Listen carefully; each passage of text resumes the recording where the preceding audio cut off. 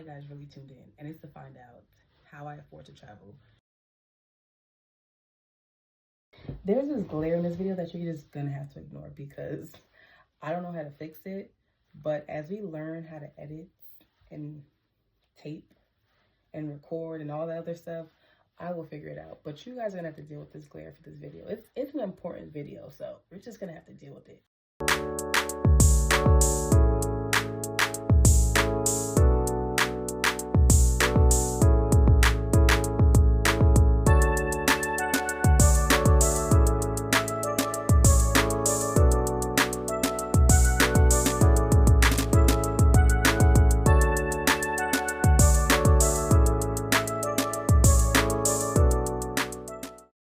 In 2024, when we started 2024, I said I was going to do my travels, stay out of the way, mind my business, limit my social media use.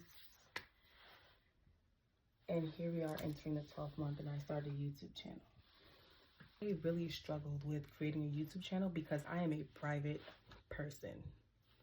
I am one of those people that I want you to know this much about me. So creating a YouTube channel is like, you are missing the mark. Bad. How did I come up with Minister of Galavanting? So I combined two things.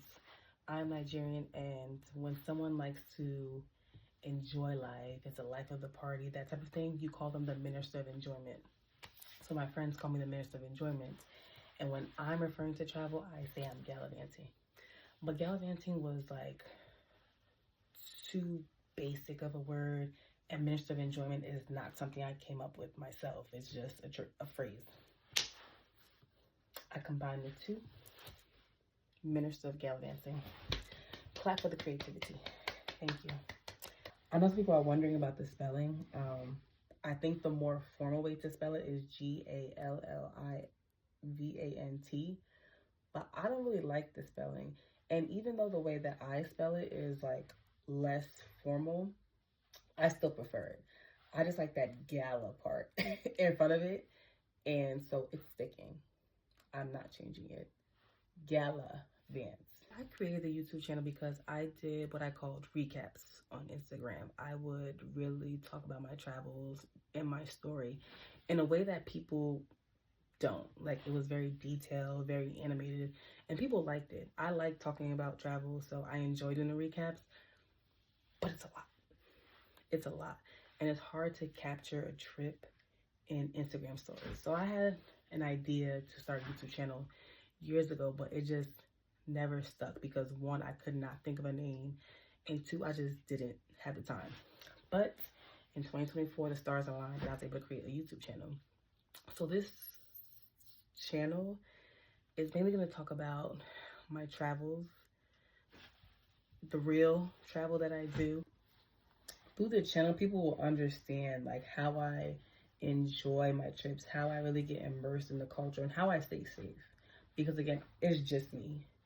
And I can't fight people internationally because I am not going to international prison.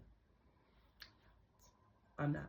So I do maintain a level of safety, and I think people are going to be surprised to see some of the stuff that I do while I'm traveling. So travel tips, tricks, hacks, especially for solo travel.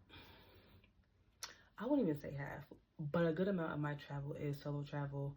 I've been to over 30 countries at this point, so I am well versed. My first international trip, it was in 2018, and that's a long time ago. That's over 8 years. At the time when I was solo traveling, like, I didn't really see other Black women solo traveling or it being talked about. I think at the time it was still very taboo because it's like, why are you traveling by yourself? Especially being a Black woman. I'm like, because I want to see the world. No, I know why you guys really tuned in, and it's to find out how I afford to travel every single month. For me, I really avoided this conversation like the plague because it started to get weird. I get it, like my followers, people that follow me on Instagram, might ask me these questions because again, they see me traveling every single month. My friends don't ask me those questions because they know I work like a slave. They know I work very hard for my money, so they understand how I'm able to travel. And I understand why someone who follows me on Instagram might inquire as to how I travel so much. But it got weird when people I didn't know or people that are like associates of my friends would ask me. And it wouldn't be like they asked me directly, but they would ask my friends to ask me. And of course my friends know, but they're just like, I don't know. If I'm doing these detailed stories about my travel, you can just ask me how I afford to travel. Whenever somebody asks me anything about travel, I start to ramble because I love to talk about traveling. So it was weird when they would like go through third parties to try to understand how I afford to travel as if it's some secret. It was weird. And then like people who didn't follow me, like in real life, they were like, hey, I see you're always traveling. And I'm like,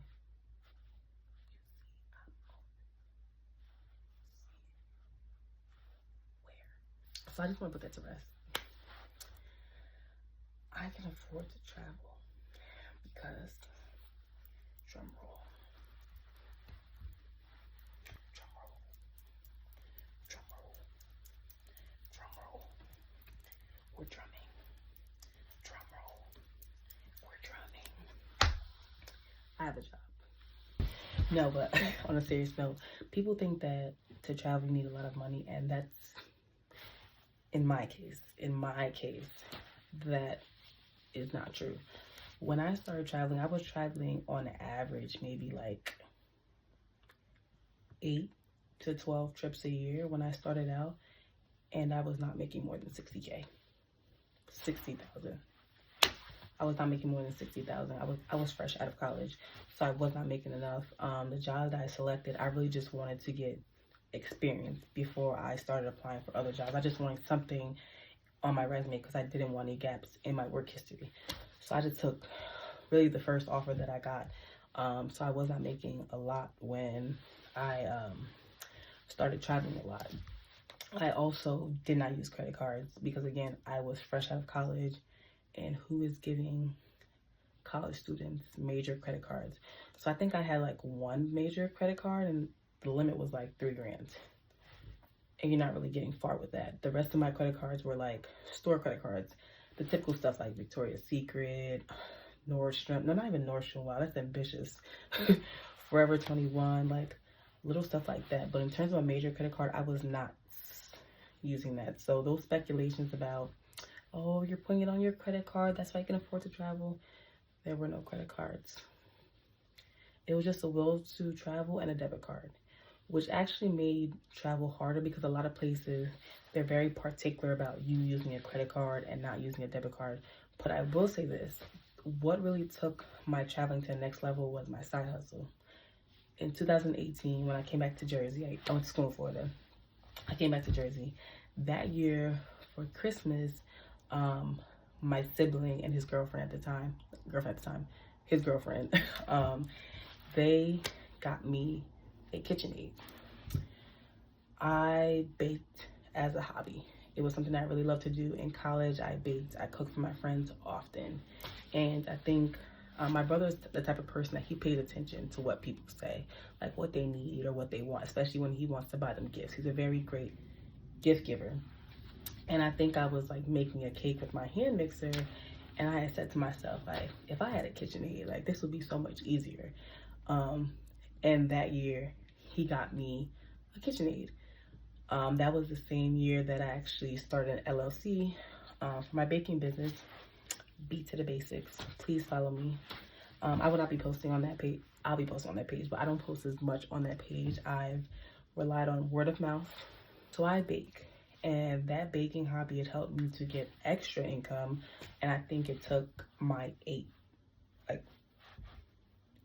trips a year, and that's like more local than international trips, to like, okay, we're taking a trip monthly. I did have a goal of traveling internationally every single month, and I've gotten close a few times, but it was really my baking business that really took it to the next level, because I would use that money to offset some travel costs, and I'll also invest. Since I had that extra money, I can now invest. So I would invest and be able to save more so that when I did want to travel, I could. So that was a big help. So people are like, I just know he makes 6 figures. I'm like, I wish. But I will say over time, as I applied for other jobs, got new jobs, my business got bigger, I did hit the 6-figure threshold. If you ask me again how I afford to travel, I will block you. I will block you. That is the main question that I get asked. I wouldn't say that I hate getting asked that question, but I highly dislike getting asked that question because it's like, I do talk about my job on my social media. So it's kind of like when people ask, they feel like I might be lying or there's something else that I'm doing or I'm being gifted these trips or somebody's paying for these trips. I'm big dog. If you're seeing a trip and I'm doing a recap on a trip, the reason I'm able to talk about how much things cost and stuff like that is because I paid for it. Travel deals. People are like, that's also another thing, travel deals. People are like, I know you're getting the best travel deals. How come you don't send over those travel deals? I average about 7 days planning time for a trip. If there is a travel deal, and there are many, I do not take advantage of them because I am planning my vacations a week out. The only time that I have like excess time to plan a vacation, if it's a girl's trip or like, you know, we're in that era, my friends and I are getting married. So like planning these destination weddings, bridal showers, and all the other stuff. Those are stuff that I require in advance because it's not just me traveling. I'm traveling with a group. Other than that, there is no travel deals. I don't have any gingered up answer, no fun answer. It is just, I plan just enough to be able to travel as much as I want. Essentially, I have a budget. It's not a strict budget, but I know how much I get paid every month. And once I pay all my bills, I set aside stuff for investments and I put in my savings and whatever else I have, spending on going out with friends, birthdays, whatever the case may be. Whatever I have left is my travel fund. Wherever I can afford to do is going to be based on what I have left. So if I have $30 left, we're going to work and back. If I have $300 left, we might take a little road trip. If I got $3,000 left, we are going to Bali. There is no gimmick to me traveling every month. It's just something that I love to do, so I pretty much make it a part of my life. Everything I do revolves around me traveling. Where I live, I need to live close to an airport. My job. In my interview questions, I asked them about work-life balance. How do you feel about me taking PTO? How much PTO is there? Do you encourage people to take their PTO? Even with my business, certain times of the year, I really block it out because I want to travel in certain seasons, especially for certain countries. Certain times of the years are best to travel, so I kind of don't bake around that time. Everything in my life revolves around travel because it means that much to me. So it's a combination of working, getting the funds, and then positioning myself in a way that I can travel as much as I can. That is really the formula to traveling every single month. There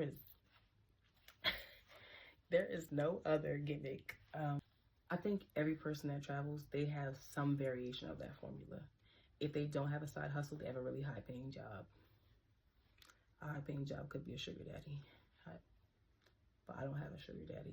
Those days are long over. So it's just pure hard work and a will to travel that is funding these vacations. There is no sugar daddy. Again, there is no sugar daddy. There is no sugar daddy. It's me. I hope this video was informative. I look forward to the next video. The next video, I already know what it's going to be. I just took a trip to Tokyo, South Korea, and Thailand. And that's what my next video will be. I will tell you the good and the bad about all 3 countries. So stay tuned. I hope you enjoyed my first video. I was excited, but at the same time nervous to do this first video. So I really hope you enjoyed it. Please tell me in the comments if you enjoyed this video. Also drop some suggestions on future videos. I already told you that my next video is going to be about Asia, but what else do you want to see? Tell me in the comments, what do you want to see on this channel? And of course, like the girlies say, like, comment, and subscribe.